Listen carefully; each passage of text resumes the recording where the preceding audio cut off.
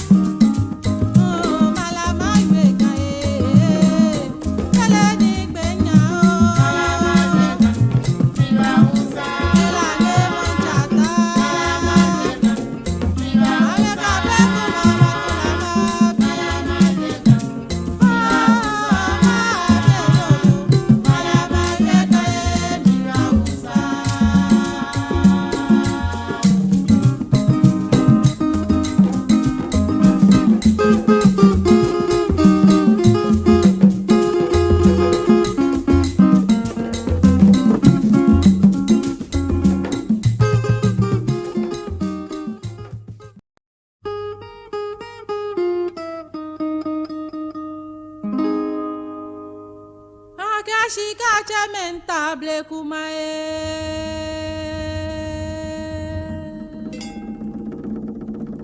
oya foi intable kumae agable kuma bakula mabi mabie yo yo mabie yo yo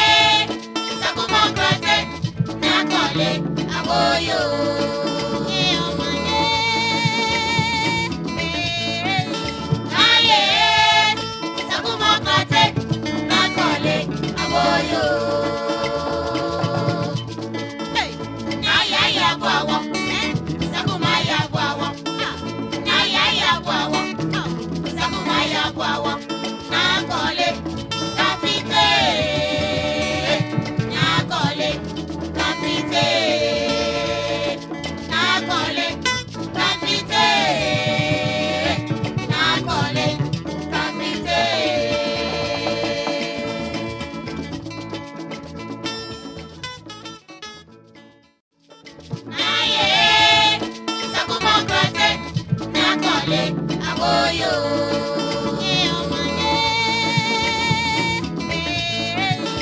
aye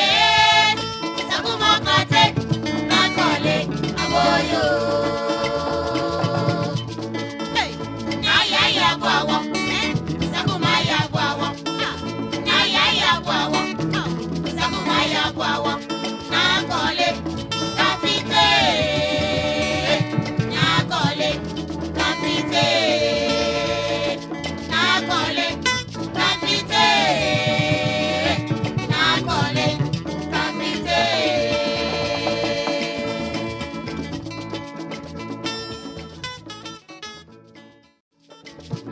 aye sakuma kate na kole aboyo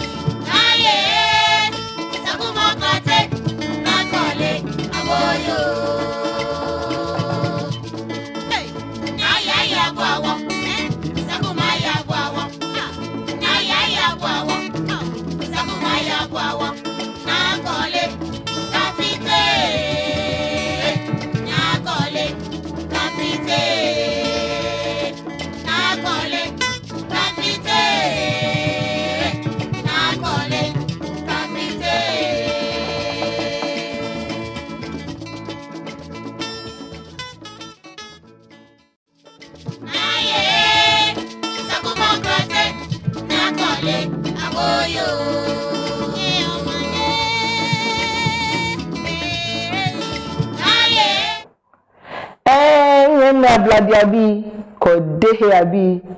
minpenye kemba anukwale ya gani femono na kayeno mi hanye awa tu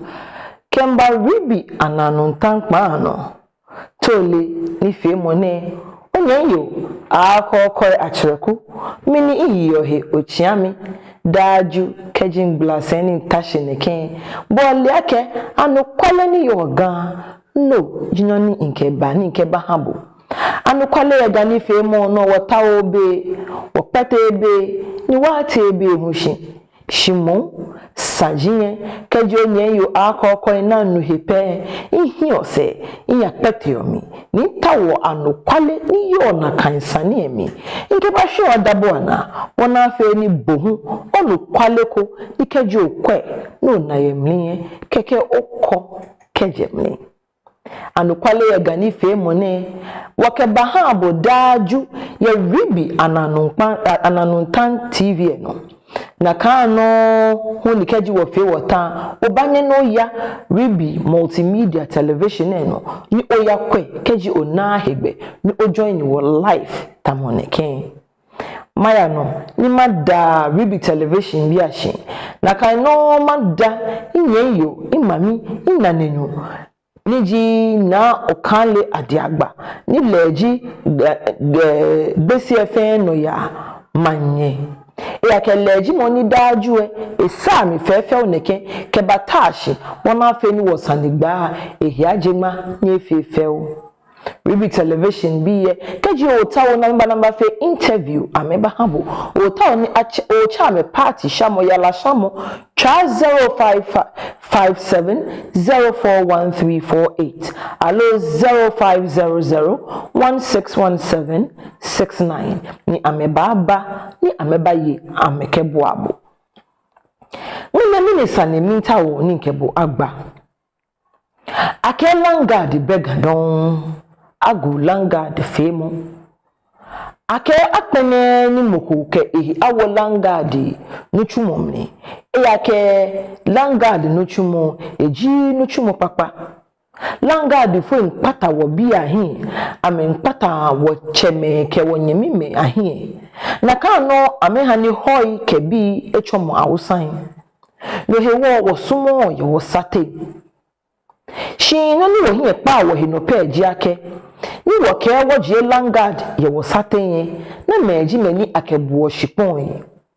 ani ake police fo mbushipon yi ake soja fo mbusipon yi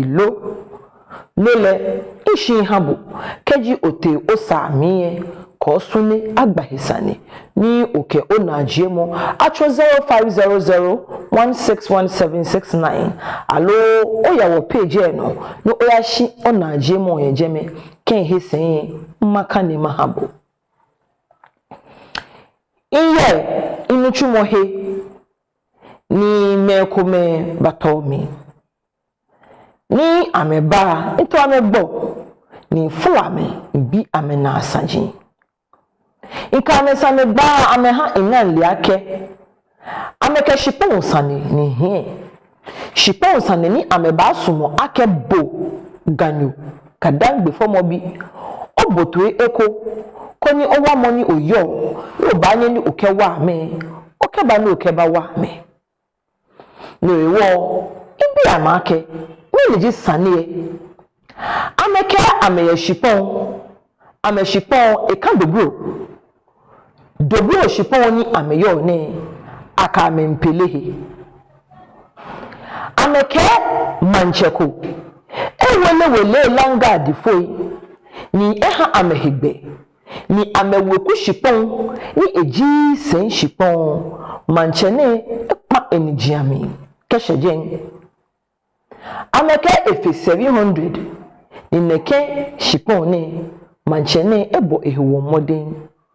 ehun san echo neke shipon ni no hewo ajime apla me mahime efuin keji ake ajimukoe beneke me a pictures na ke ba chonmi ne ameji me ni maka ke ajigbe ajiame ojugba ganyoba ke ajiame blibo meni chuo ene ife he ko ahun akeni ni ba hye manche no wona afa ni lehu eke enawie mu aba shi ini ne shako enololo ne hewo inye hu ni nkeme ne asajin ne ato ejake amejofre ameba na akokwe atreku inu ejake amelia kekeje bekesa ne ehye hie ne kesa ne fe nye ba na he nyenu no hewo nkesa ne jipo Shefeke ochile ni huwe ina hebe ni mahanye nu sanye shishi beni kwa masumu akenye nu shishi ejake International Women's Day eba for me ni ahia ake nke wo Dr. Edna Baba program no hewo nka me no ya for me ene hewo ni mene ni he sen ife hi ake mama twi ni majale sane emi bona afi ni onu shishi ojogba kekeke won gbasane ye wonye wo gbale hu ojogba inye iche inyemi yo inyemi no cha onyemi ake ebakpa no ejake akọkọ achereku ihe sen ni nke anokwale ni yoga mbanke bahanye agbene hu e mawo boshi ake sanefens hanani obanu ye anokwale ye gani femo no titri saneni ke bagba beke na ahine pabu fai ni loko afebu keji ote ni bohu oyagbla osen ni obawie lele wiemo le beni inwie le pepepe no jale ni beni mehu ba jale ni aha pepepe kono akafata ikura hamadohi keji mba obabo tesanemi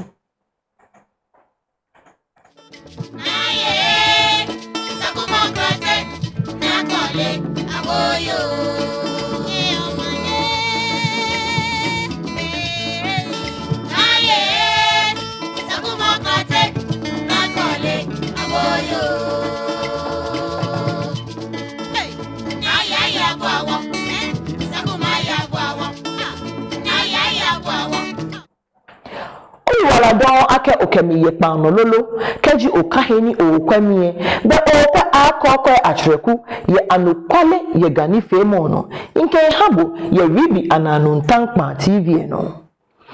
mene nke bu bagba sane ni nke bu bagba dobro shiponko hisane itwenye nke ebu ake iye ni abatomi ni aba ake saniba nke ebo ake shipon mancheke ni nefono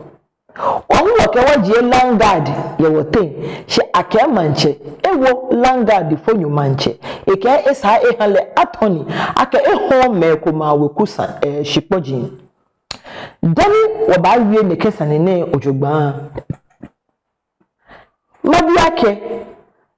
hani wa manche me ameye hegbe ake keji wekuko nije amamenomi je ake amenomi ake amehia na meyo mancheye shimo wokola ake tomobeni we yo English alata alo ayo abola alo ayo gbese ne wekume kume ni yo gbese emi abola mi alo English alata mi manche ni yo ne kepupa eji na no amehegbe na me ho wekume a shipoji ejake amenyi manche ye na kamano lo keji manche ke ehon shipoji ti shipopote ni eyogbe ake ehon ni ani manche ko ye hegbe po ni ehon shiponko ni mambi ile alo weku ni fio yicho ni ke wole hun le lo ene me fe ji saji ni masumo no ke wo okantomi bona afa ni keji wo ngbasane be obi bi ohi ne ke saji ne wo ke na jie mo wo sane hi be ke fe na kan anu kwale ani yo mi no me no ni obahara be wo bote wo saji amni ichi imbenke numoko ke nchele numopo de nche into shimake nu onupa ni neke nu onupa ne eke eji shiako mi shia onupa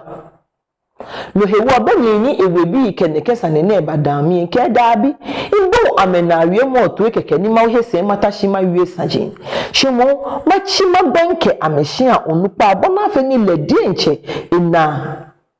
wiemo akapano ejale sanemi ewie mo ne kabala ke akọkọ achreku mi intasane kewo mukona ene hewo nke nwebi wolowo camera owo chone ni wote bubi ashe nyahani machon ani no nupa ne emincho bedi enche iba chon mo ni eji ebo aletwe ni nanye ni jani mo shiwake mene in the natural Yankee according to Bashiani ni Sanjini Enu ye wo boku sanimi ke heni washi kwashi bia ni wota shi ibata o so minda ni o shake ibra ni kwa sababu no be iwe mo ni ma yue ni pa ni fa ni mo fe ma butu nke miji ni adama pataki ogun icho ngbe yi alaji show ni adama pataki icho ni icho ni inche ni achore George Kwamra Williams la ji chuchu yi okudupa again ye 1965 or thereabout ni Benny Papa Gbo in 1998 a cousin alo nyaminu acho Mr. Jeyi Ado aji money eye Papa se Mr. Ado Gbo 201 February ni Benny Bagbo ni eye ni na ke ekole Bagbo ni ewomi ke nyami ni okomi achore shalokwe ni ewo kele ke ni fioko ake wo okwes ni nanye ni dan mo shwa ke mene in the natural Yankee according to Bashiani ni Sanjini Enu ye wo boku sanimi ke heni washi kwashi bia ni wota shi ibata o so minda ni o shake ibra ni kwa sababu no be iwe mo ni ma yue ni pa ni fa ni mo fe ma butu nke migi bẹ́ẹ̀ pèdè nche onu ni ona monihu ni ejiweku lupa ke ha adama patako wekuwe adama patako weku bi ne amehu amefaka dobro ni dobro ne jane shipon ni wo ba wie ehsane ne len eyo amefe akunmaje shishi ameyo ni nchi mbenke alaji show me tumobeni ne fenye nuwe echowo eshishicho woni hewo ni eyo hegbe ke hewale ake ekemi bagbasane danu wa bacha no maka ibo ake ne keni fe mo ni wo jarami bona afe ni onu shishojogba e akesane eseke dikeji wo gbla mi ebahin nke nune na sanigba echonwo eshishi itenon bi lake neke shipon ni egbebi kebada mi na akokwe achreku ni mini eleyehe ni te ebalete ni eyo no hewale ne boale toyi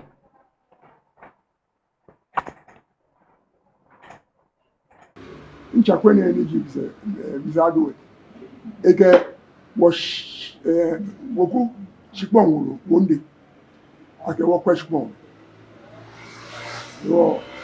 the barake ma fanna de kia lands commission binteje yataw nyapa dakan wuro ese chinake me kome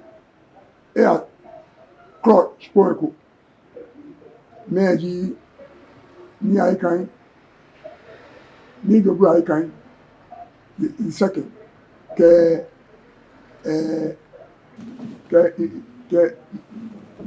numo ko amiyeni lo ya ni na mi ni ka ma ke shipon wonu sha meshi Shame penny. No, if I like a bed, you can stand about court. No, I didn't check me. You can go court. In your Charlotte, me. The girl there, the fracture, the girl, Mumu, be come deal. Lesser gods. I get lesser god, the better one watching. The alleged money could be. He was Neke Mumbi ne Gashina Ekerake. Ekeraka court of Samico Quabi this morning, Kagina Babu. Oh, Nakano, no bet. One man's point here, Garabi. I can swear would be Ninkele, open, no deal, Mundin. You can't do Sakra, no teaching here. No, David Batis. You already, you are summer. Saniye. Afi nyuma pepa nyo ne 203 ninka saniye ti ko. Mbaba gbo 1990 June. Ni beni ifiake mimba mba sponsor ni gani ete ni anake sani nki akot ni rayo eke de wo mi nkete nchakwe na energy bizado eke wash woku chipon wuro wonde ake wo kweshpon yo the barake ma fanda ne kia last commission l'intelligent yatao yapa nakanguruese Mene sanie Jerry Mababoe Beni Alaji show me bale aha nakan imahani buhu obotwe ikembo nta Alaji show me bona feni Alaji show me denche agbabo sanie ojugba Alaji show me ke eche baye woku nupa eche se ewafa alo makake eke yonko hu baye shile egbelese alo dani ibagbopo ni ewole eke enyemiyo ake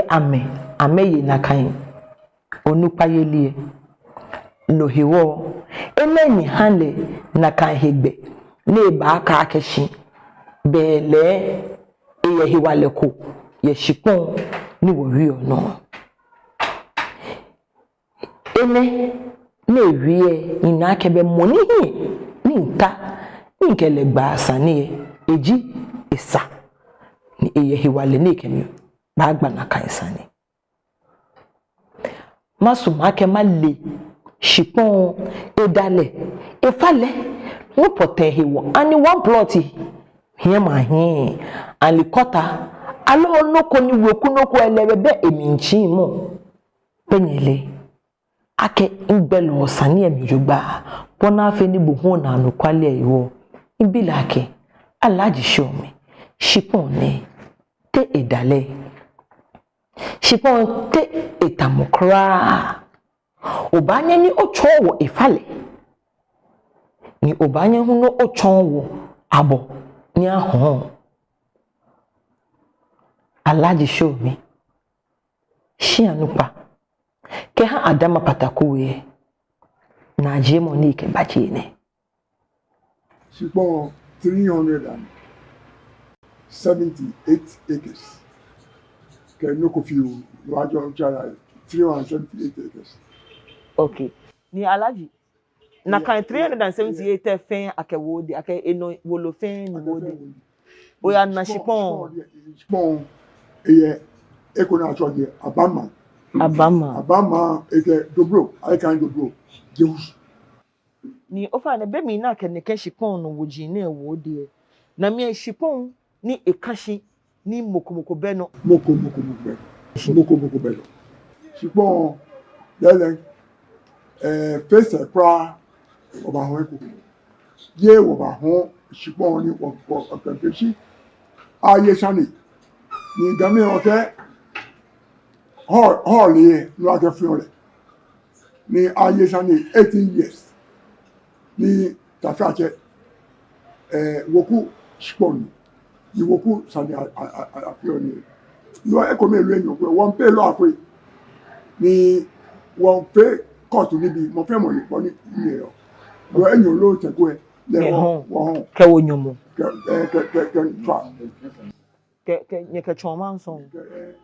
ofa ne spon 378 acres que no confio no ajo chara 378 acres. Okay. Ni alaji. Na kan 378 fen akewodi ake eno wolo fen ni wodi. Oya na shipon. Shipon eye ekona acho de Abama eke dobro, I can dobro. Deus. Mene blofuke slow but sure. Many hero. Nisumoni ni ke sanjin. Shipon sanjin. Manche me asanjin. Kefe mana chuye. Ni wakolole ekumi. Isumo na ba wi akekwe na akokwe achireku. Nke manche ma asanjin. Efe sani kokeke. Dane mi wi amesajin. Nala iwe onye sani. Shimi wiye bona fe ni chake mwaba ni gahi. No hewa ni wiye manche maasanye. Ni wani sumo na baka kemi fite manche kugbeye. No ha nenele ina hewa nchi. Bona fe ni nye nushishi ojugba anye hami. Ejake manche ne naku inariemu. No hewa bona fe na ka akele. Ake intang insho ne no. Njele alon kesande wole alon hana kesande tutwale wo minto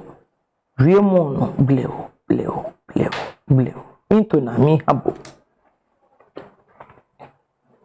ye feni ye ko onye na ke alaji show mi efe ke hela echale ojofio no hewo e ba she hekwe enye enani keshipon no ehie alo enano ni ya no ojogban ene hani enake esake eke hewale ahamuko moko ne hiole jio moko ni keji ekwe ehi ekashi ni gweku shipon gweku nibi ka etui no akemi ni le eba akwe no bona afe ni eyemu ejake eke mo na awoe mo eke le waji emelegbe ake eya court ehim court kesaje no hewo alaji show me le manson cha no ene hani eke ehamuko power of attorney eke power of attorney hamo bona feni mo ahin shipon no kwemo mbilake shipon no kwemo ofemo kefe landguard no chumu kejo he shipon ko no kwe na kebo mpelehi ahe yode alo sane ya ba he fi open no ko ta oblahi ne ko blantai ne no lo o ta no ko fi owu ameden pe e ka lo kakla klante tu keni bi ba ke he shipon no be mo ni ba ji ehin ejeme o akale ba yi hambo e fi aka yi na ba yi le ke te shin ba don ni le ekwe le pa mi esa me ba anye bue kete kele alo no keba be na kanu aji basa agbegbe keke ye shipon hewo ene hani bi la kala di show mi ani bonu oyawo landguard fonu alo obopa ake landguard fi abajole ye shipon no won ma fe ni meni ho ni je egbo kaka me ho amenye amebuyilo imbi alaji show mi ake alaji na ke shipon na no wi o na kra ihu eko eshe ni mini poten olepo ye nike shipon ne mini ya no alaji gba misani boto eko eja kekeji mba ni wo gbe le fe na mi nke bo wo ba gbasani agbene wo ya kwe Inyeni no James Ashialaye James Ashialaye Van legenda mo in pele attorney mfele mi attorney ne question lawyer for you koji okay attorney ka attorney o hale attorney ka attorney mfele ni attorney okay kan be ihale hegbe okay pe wulu hale ake e question okay offer ne you offer ne neke money oche egbe ni eji langard for you ye langard ka ni langard ko sa esale kwa offer ne you Inyeni no James Ashialaye. James Ashialaye. James Ashialaye. Van legenda mo. In fele in attorney. In fele mi attorney. Ne question. Lawyer for you ni. Koji okay attorney. Ka attorney. Attorney. O hale attorney. Ka attorney. Okay. Fele ni attorney. Okay. Kan be ihale hegbe. Okay. Pe wulu hala. Tono. Eke James Ashialaye langard po sale. Je langard po ni. Yo. Be keje langard po ni. Alaji obomoden. Eja ke eto ke langard po yi. Mene langard bi ejimene mene afe neke ni se na po ni no langard po yi ameje gba mekoso ja fo yohin ameji lojoba ya je nkotoku ni ame aka amegwale so ja fo yen nche na ake he solo so ja yeli ne solo patapa amejile wa ni je ni ga chon be fe ko wa fe langard po yi keyi langard fo ene no hu ake ani bo hu onu ku aka na julo eji ame ake moju ke mo gbe chimichu na mechu le wo anianu kwale ni sane ye mobo dani mahani wo power mo na ahale power of attorney ni ji wonyeminu ahia ba awie ni sumo no okwado ko hira ahami me ni ajiye na kanshipo no komo bi na afia me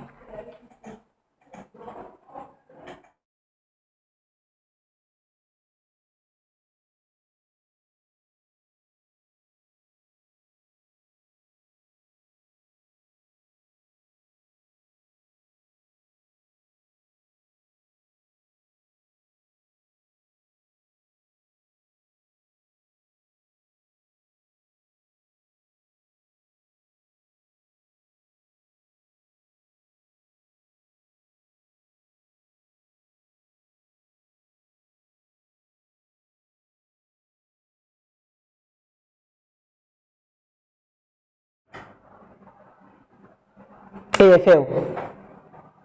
makai boake okai o Reeby television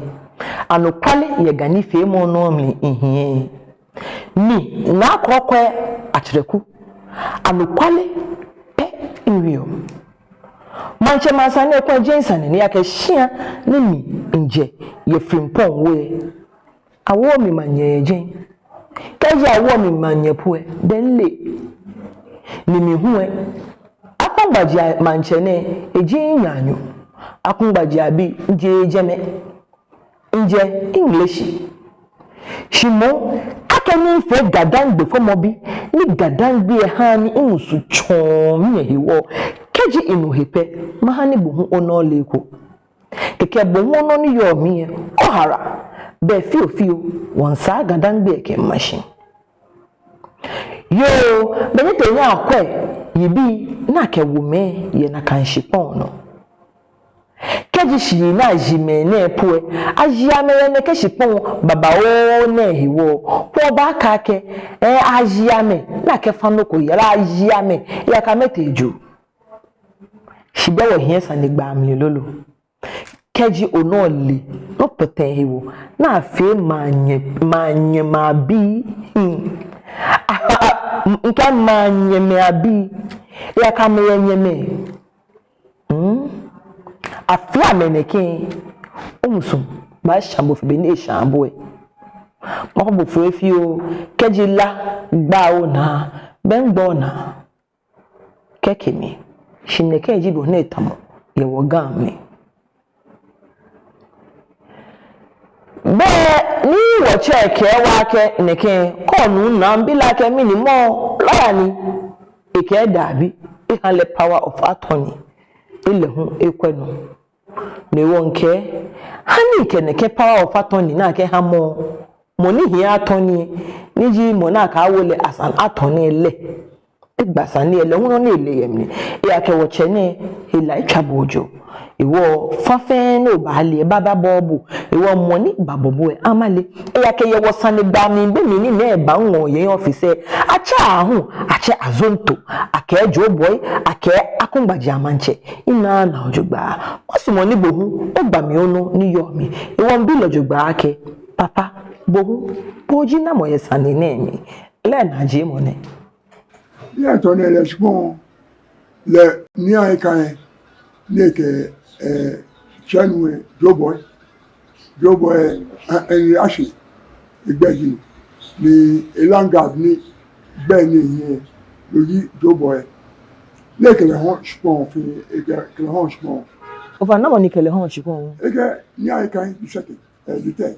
na mo ji ni ayi kan di se di akama de banje na kan mo ni wo to le na kan ekejo boy ehun shipo jin fita na ho to fe ton le ake fata hi na ho amo ni iye woloku ni le manje ahun 70 acres 70 plots 70 half plots ahun ye choni ensani e bia ni pon Kenya court ki mi nkwa loko fi o ya de je wo oku mi ogire ni shpo je man shipon je sen shipon oku shipon ni le bia je wo oku mi ogire no ebe hebe e won shpo ni keji je nya wokunyo jile te baleten nya wokutole te baleten do fata ina tole gbe ma fi ona akama die the money okay she ma ga wa to le rupa wo die nje ake woku woku ona ben chaka nye fata meni me to manchehi that's right shi aka neke shipon na wi ole fata amani ahi ni ole nye de nche nye shipon iwo be keji efomo enijin ise nye no omle sen shipon kegbe eyo no e honu okay bien ton élection le ni ay kan ne ke chanwe joboy en ashi igbeji ni elangard ni be ni yen loyi joboy le ke le hon chpon fi ke le hon chpon o fa na mo ni ke le hon shipon e ke ni ay kan du second du te na mo ji ni ayi kan di se di akama de banje na kan mo ni wo to le na kan ekejo boy ehun shipo jin fita na ho to fe ton le ake fata hi na ho amo ni iye woloku ni le manje Kwa nacho mi di specialize. fa no ko camera mi Nje ni adama pata ku family si nje aile itomi ake oku edwe omo ni adama pata ku family na kan oku edwe ni nje aile ni yo o itomi ake ndume na gina ni oke nke ko shikon na kan ye ni pe si ke nyeme fe mo be mi ya mo no pa mo mi di mo le ke wale ndi na kan ke ya se ton 2012 bien oni mi ko mi Achole Henry Ashley Joe boy ni o fa ne ka Joe boy ne le hun negbe ejeye kuye ngele fin je ayele emi Joe boy ne e ba bon o fin wo fe ko mi ni ko posh kon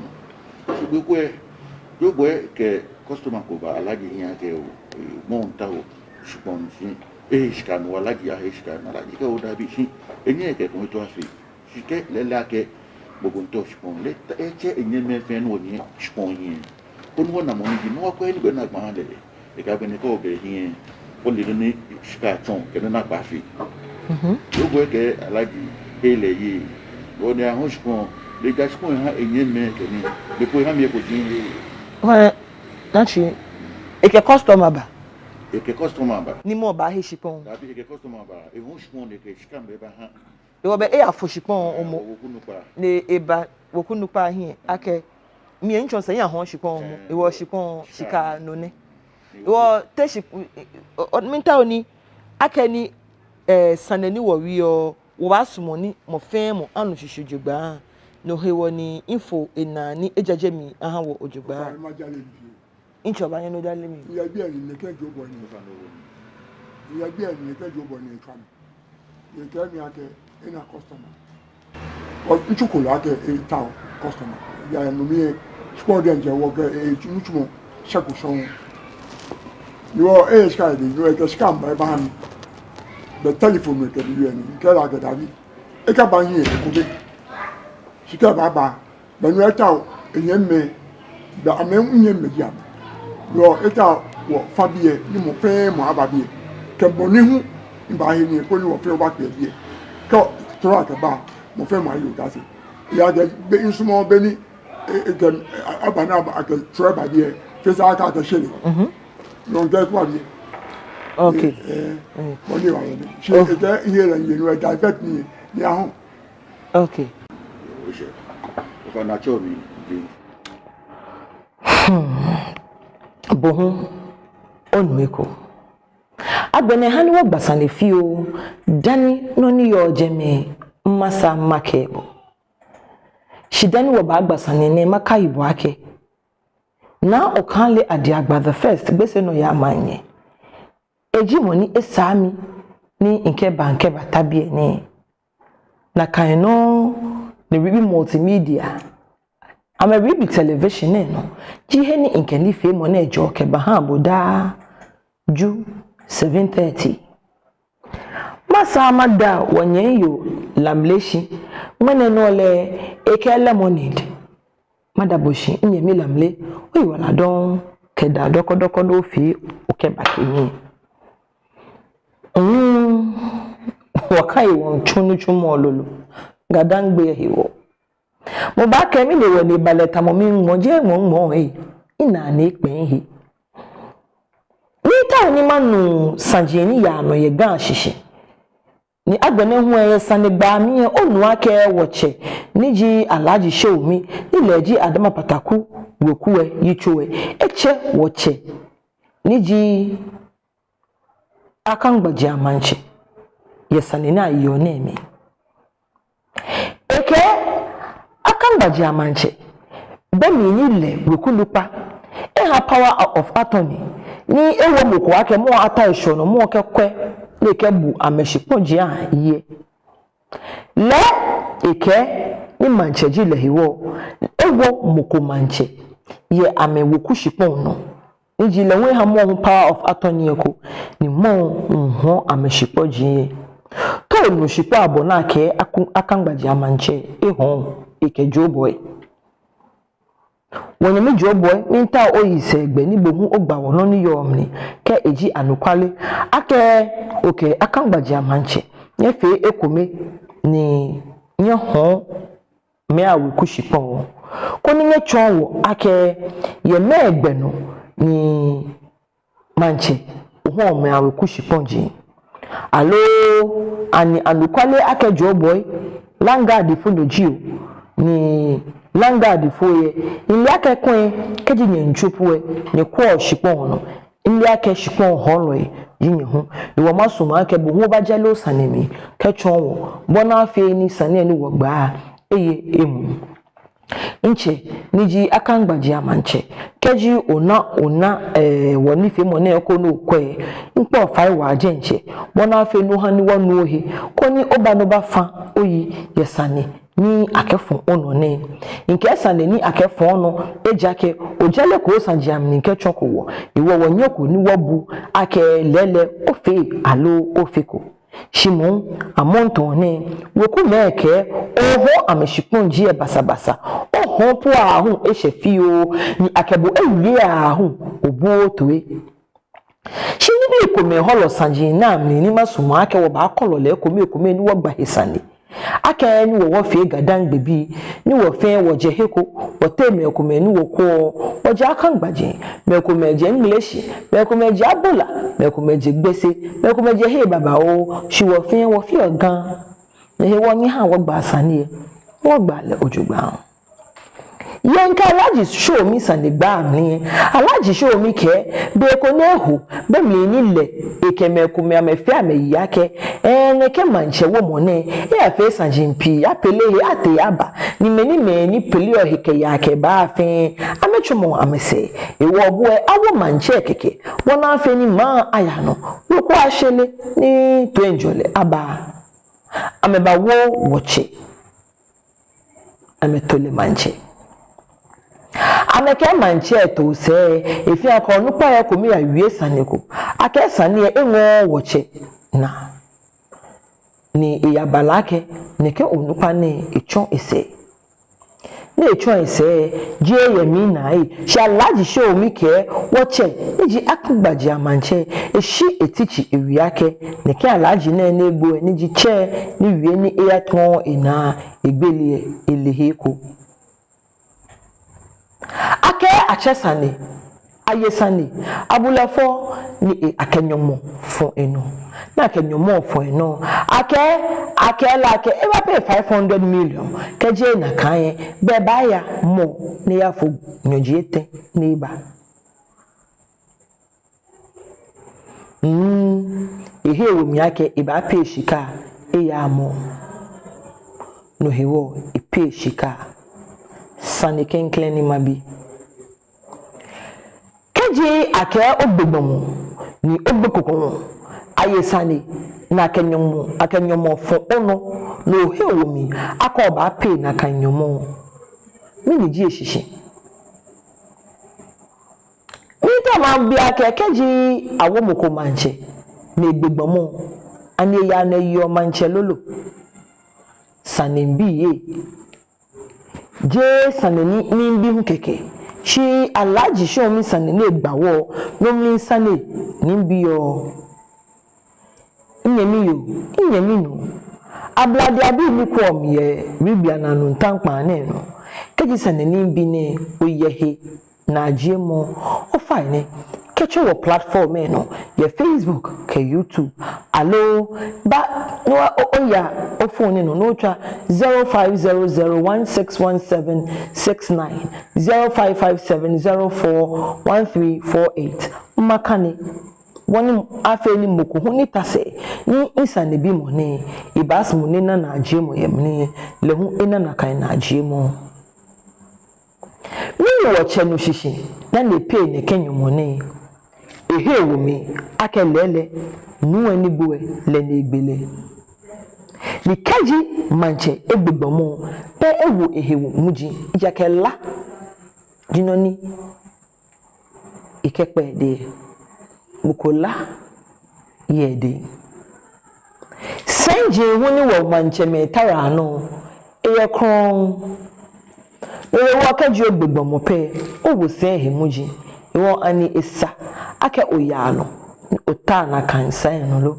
ni meniji po na ni poten ni akangbaji amanche isen amebile oyano ye wasane gba mi hu asa ake mi ake hom shipaji nkome ni je shipon ni aye document ko po na atawo na akela adamo court ni neke court na kele ba ya na ede nche alaji show ni eke kwano ko fio dan e ko le ni kwa ake wo che ba die yiselo sane ni mabi ye je meji ake ibi momomu shima bi ekun manche me ho weku shipon mini hegbe ni manche me yo ye weku me ashipon ehi na weku wo manche shiweku no jemi keja obo manche onile ya meni bia no hu no hu na gbefe ne yo ofa na manche meni ko mi keji ne yehe na aje mo hu nyekeba ngwo boatwe no ni chano nko 5 you ama fon he shira ni maba keji ba nke ba chano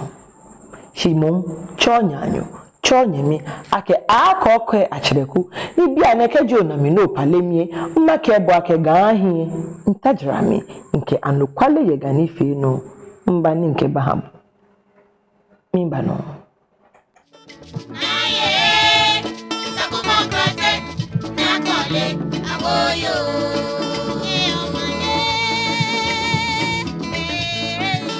Aye, sakumokrate, nakole, agoyo. Aye, ya guawo, sakuma ya guawo. Aye, ya guawo, sakuma ya guawo. Nakole.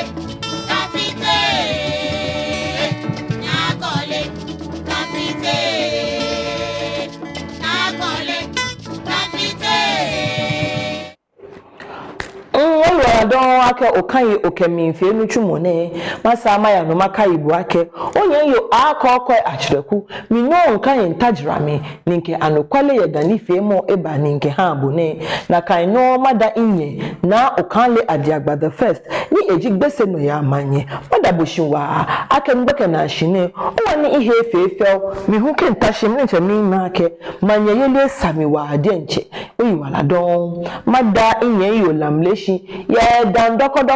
akebro focho lemonade ni ofie okeba kemi ye program ne no won yehowa ajobo na kan no mada Reeby bishi ake inna hegbe ya me TV no ninke inu twumo nemba ninke bahabo keji otawo na basha infoniri otawo na basha o wedding oyala alo onoko feko ni otawo try Reeby Multimedia ye 0500161769 alo 0557041348 ni amebaba ni amebaye ameboabo ni ha wacha no lolo Ibi sanjenyo ni keji oye sanejinye ni biye ame na jiemo chombo heno kechon wo handle se no ye Facebook ke YouTube ni je Reeby Multimedia ni oken majeme oba kane amonto ne was teme ko me ke eba ani makane no me mahabo eke watcha no JCP family eke I'm waiting for you live from London. Gadangbe and Gadangbe litigation. Gadangbe's and land litigation and LANDGUARDS issue. Wasajinele nekenoni. Shi inche wacha no lulu. Ni wake wache ngbasaniye. Eke ake azontoko. Eka azonto le ake LANDGUARD azonto eho ameshipo jiye azonto ke ameshipo jiye echota akocha ni eta kojo wako fly say no in can reusable lands nji shipo na asa ayuso ekun wono ke wo ho ekun wo ho ekun wa monto ne wo no efe reusable ya ke shipo jiye de nche wo ho fe be ka ke wo ku ma no pa jino nation no ma nche me bon ho mo shimo wo shipo jiye fe iwo wasa wota ekun etamono ni akeko he tominu no to anu akefie no konklo iwo no ke wo ho shipon wo habo e wo ho aho ke wo sa wo ku wo se wo je shishi he ni wo je shishi ye kenklen ke wo bon no ho mo ekun me ni wo ba ke wo gbo na shipon ko me o ha me pa anyo nenuma be wo kenya ke no ho afi bi wo be ni me na che me ke ba na wo che egbe me ke ba ke shipon no wo kete wo ba no ba jiwo he wo ba gbebe wo gadangbebe so no ni ya we hopo ya minji akeke wa ho ho wo ha gadangbebe ye wo ba ho ha shanteme wo ba ho ha igbeme wo ba ho ha da awuzame wo ba ho ha gboy eke gboy tashin kamebo wo no pa eke wo gbebe wo he wo jiji wo he wo ha me blofoke where is the intelligence ye enemy incho mi ake no ni achole shi adwen mu ngelo yo ake wode nche wo fe woyi be alaji show mi cha azonto nkele ekpekoda nlele ni hu ni ya na le no hewo ibi like alaji jele mo sani emi boro na alaji wie tue ke wo ko se wo be ko nwe oba gbasa ni ekun ahun pe si ti o pe so oba yen ni otron wo abonese kajo ko hin ewo mi wole akonyo 50 acres ko pe iwo be over 200 and no ko elete no hu nyeketwa manso nuale I can make Jobo na mama ho okay ni no hu amebe higbe na kan amebe higbe okay ofa ne kesa ni no ni mbati o ni ekobe ni yen ni ekome ko achere azonto okay azonto ele we bi shama cast na pe ne ke agba de banke ehale le power factory le ka kwashpon ofa ne iwo no ni ahun to no ko no he ni asha ma ka say ye alo 50 no ko 50 no ko ahun pe si ti o pe so obaye ni otron wo abonese kajo ko hin ewo mi wole akonyo 50 acres ko pe iwo be over 200 and no ko elete no hu nyeketwa manso nuale I can make Jobo na mama ho okay ni no hu amebe higbe na kan amebe higbe okay ofa ne kesa ni no ni mbati o ni ekobe ni yen ni ekome ko achere azonto okay azonto ele we bi shama cast na pe ne ke agba de banke ehale le power factory le ka kwashpon ofa ne iwo no ni ahun to no ko no he ni asha ma ka say ye alo 50 no ko 50 no ko ahun pe si ti o pe so obaye ni otron wo abonese kajo ko hin ewo mi wole akonyo 50 acres ko pe iwo be be onu otwen fa je akoko achireku shimu meni akesani eyo ama okundupa to oyaboe keji paako ba pa no be wo kan won wi adama pataku we bi ashipon we ku shipon na meke akangbaji amanche ike enini efono ni ike ewe bi eji joboy ke azonto ameke fe ameda nkucha na mentalebonisa lusani wogba adama pataku we ku na hu ameje akangbaji ame no hewo ameke amenu shishi no na ewo na kameyo ne kesani shinoni hani amechi amebenke ihanu oyakweku ejemeko meni yeshipon no ni ate ayajia me acheche nke koju onam o na ke gboma de safaji ni echuchuloshi no ne wokohi ehinle ikada efo fe chake ko na lepo oyole ajia me blibo ene hani amehu ameke musun chon ke musun shan shafa shi na mekeba pemi ake iyi amesane ne wie ko oha ame ni mo fe ama na ake ene agino ni ya no ya ka mepo ame no oji ake amesumo ni ko ata e ko na ewi ake be adama pataku wekuwe ni aka ameke aho ameshiponji wo amama alo me na baji me no ya ke na kanjiye amelehe ko ni jiye hu be de baleke boneta mo keji o no he iba febu na afi ene etamono lebe ni libe eno lo edohe ekomo na kan ni yabale shiwo ba shajen amontoni won ya le bleu won koblo sanjin ekome ka tabeni wo ba sheheni saake wo she onya yo akokwe achireku mi no ni yo chiami elulu ba wo che eke azonto jimoni le woche eha le power of attorney aka le ewo ehe onupa shipon no kwelo ne ho amewuku shipo jin efe eye mobo mabie ko manche ha muko konklo power of attorney aka ekweme ko ma shipo jin anu aha me afio na kan yega eye mlami ejigbenu nyegba misani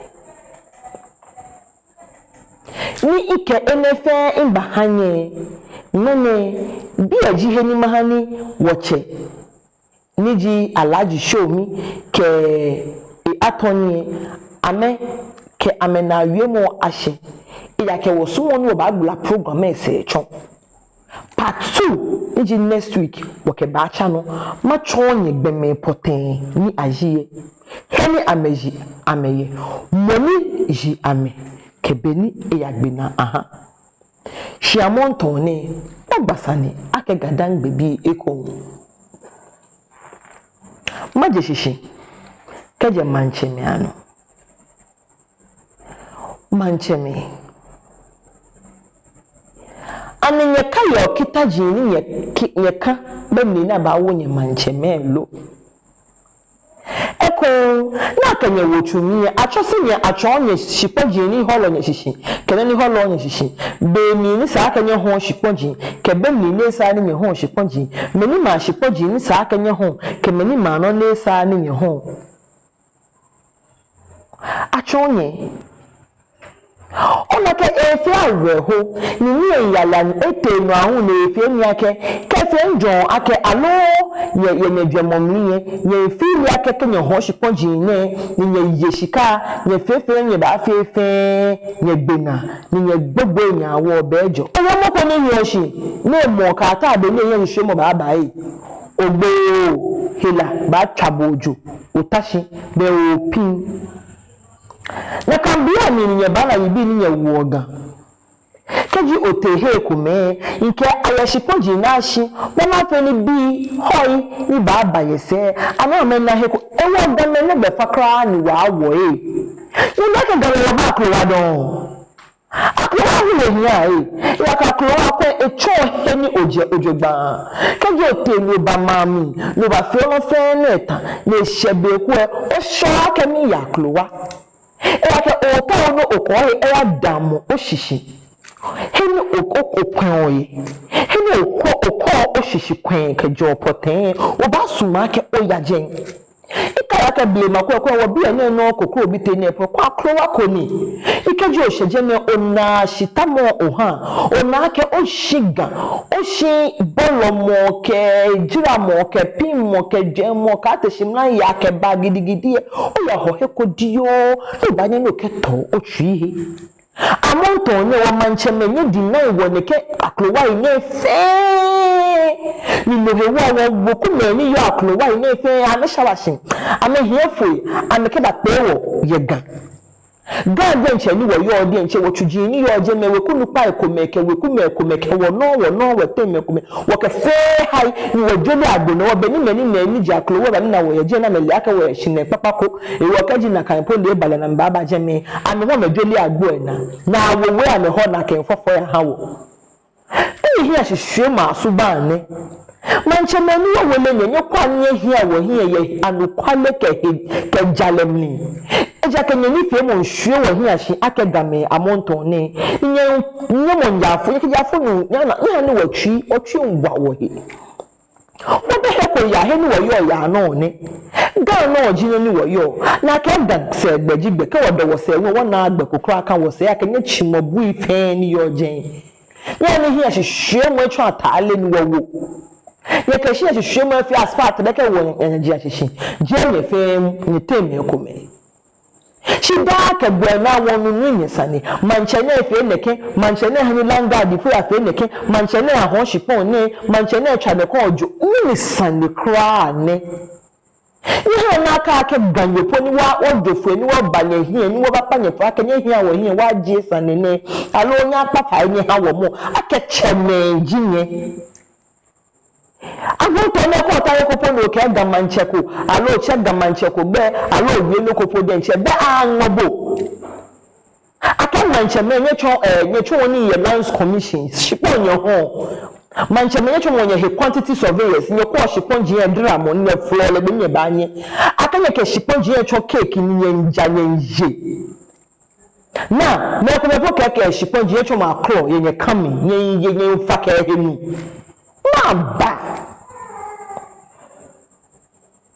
Oh. Mancheme. Nye na wo mobo. Eke mambi game hu ba awie. Ya ka nyehu nya gbeyi ko. Shimimba. I don't he feel.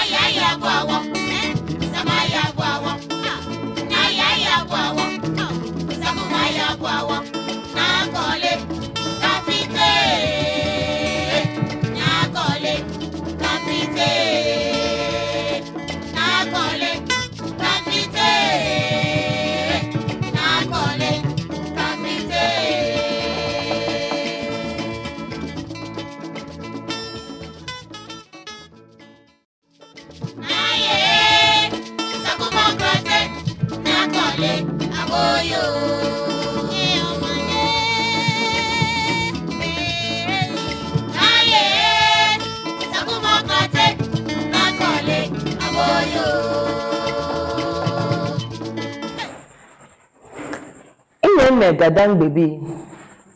nye shene nye ke ahon ye shipoji yo wonu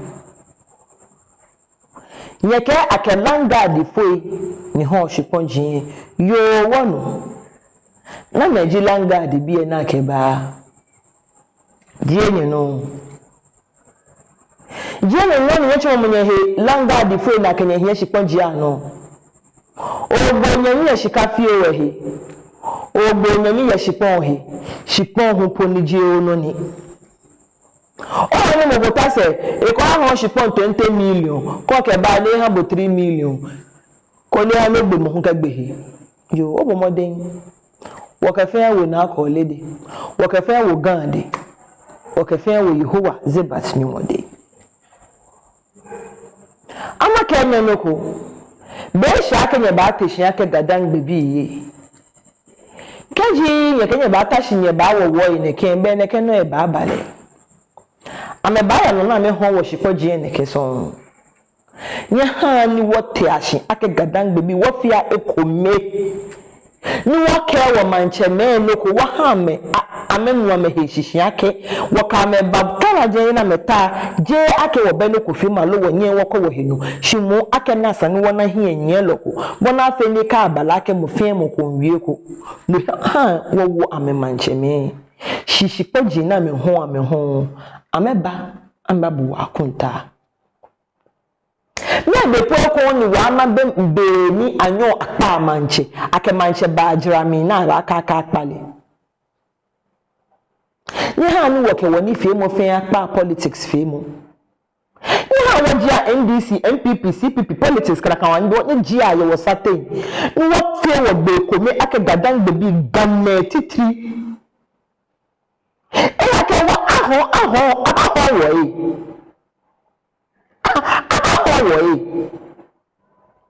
abaho gadan be bi abaho ake wahani wadenche po wahani bulaba wahi amena wonoko mekeke wowosa be wowosa nomo yo inye megadan bebi nye hani anokwale be afenyegbe wahi aten tomo onufu waka wotwe afoshi wagbele wahi men ni wokwani ni wabisani sani ahunka wa baabie wo bi jale sani agbla mi atwon wo ni wole wakaka fe aka e manche ma sani ni manya ma sani ni da bida wo bi amegba wo ameha wole wa klowaye je real estate don ni wa hejo wo yega shetowo alo nye tokonye Neto adam pataku webi ye no ana meba. Ne wonye nche. Do ko mi ehia. Beke na hine no nke ba hyibo pe ji ake. Kejo ye woku komle. Ina kan woku ahipon ko kanjen. Meni na na megbo na meshi ame habuwe be ya meda beni na meyo na megboe aye shika loloji ete taflache beni na megboku na meyo na mi eshipon awoko le static shimon ame shieku ame habu na mesusumu kamenile na mekeshin habu jiake bubu bashi ni mukuhu aneko beni na ye kai mo ya ke mokoshin habu bon shieku amuko shi wase ko onabi ko bi ameba bibusani dani mashimbwe mahano kwe yibi ni wenye megame LANDGUARDS fuye ameka wo ma bi ye ko bona afi ni ehi onchomi ke ha woso chicken batashi manyama chombo meniji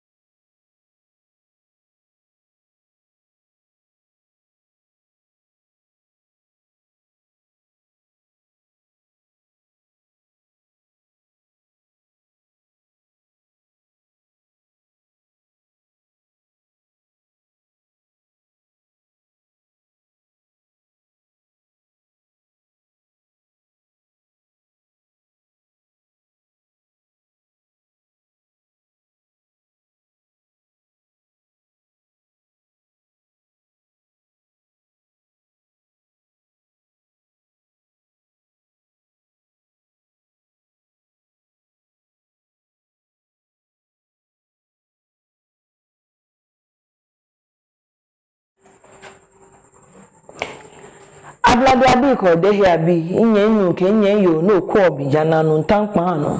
anokwale ye gani fe mo bi nke bo ba shi shimo maka ibu ake keji oligbeno no ba chon ni woche akangbaji amanche e ba na nenu ake sale ni adama pataku woku bi ye ke ba fo mi na kokko achireku nhiyene ni intwale ni share no e phone number na ha mi phone na egbo na kanonte no shile messages shi inako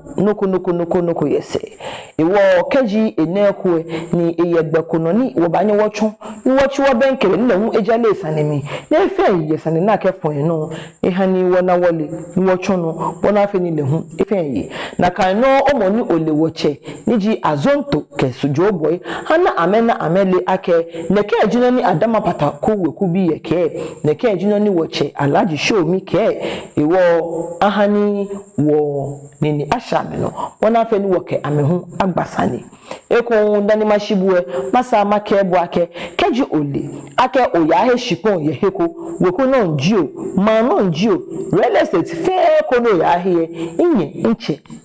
make mo sure ake na kan shipon receipt na ahabuwe weku nupa alo monis na ni sign ake shipon ake habuwe na kagbomo ahani esan eyehudase pote ake shipon ohe eja ke gbeko echon ake moko ba chon se ni ya hon shipon na ni ibabo wokunupa ni leheku ni documents wona ke ba habuwe keje money ji wokunupa enene shishim be miye be san ka ole ake na kan shipon wose ku LANDGUARDS fi baba jiboye no no hiwo komo ohejugba keji ote sami no uko osayawo ni osole kaimo no sole ohami na akoko achireku wona afeni no twumone onye machu kayashe nano agbene hu keji oyeyeli kebu amoko no banye ni okeba wa mi bona afeni program ni onye ma fe lojugba nche inye kagbla ona ne shishinkola 0557041348 kono okemi anasanigba yehe ejaka monton nele ehe hiamiwa akemana me na me momni wona fe no twumu enye eye emu fio neke be wo ken ya hi mada wonye na okanle adiagba the first shi ake edromo na da ochikeji mba ile fie fo neke no nimba tawo hi ni wo ke gba asane mada wonye mi yo na alamle hushi ake da ochiye eke da ndokodoko ba ha mi wona fe ni be mi ni nke bonwie benda mi nwomi wona fe ni nkatun hi awobo na kan no mada Reeby bi hushi ake ame hegbe na ame TV no ni nta ni nke ntwumo na eba ha bo da adwe madam technicians fenshi madam cameraman shi madam programs manager shi madam set design madam of fame okoshi ake amewami ni ntwumo na eba na kan no madam inwu hushi ake ehami hegbe ni inyo nke ntwumo na ba ha bo maka igbeku ake bibi otroko okpenje no ni bawa ni wo baanye ni wo twu no twumo na keya nano ewo beke na shinele oni nke bashibo peji ake femo gadangbe papa ye jalesane noni ko he ko ohe aka womni shimu noni gbaga na ko fon gbe ami wiemo le hu e anukwale mi nyeke wojuno woso ochi oba pe iko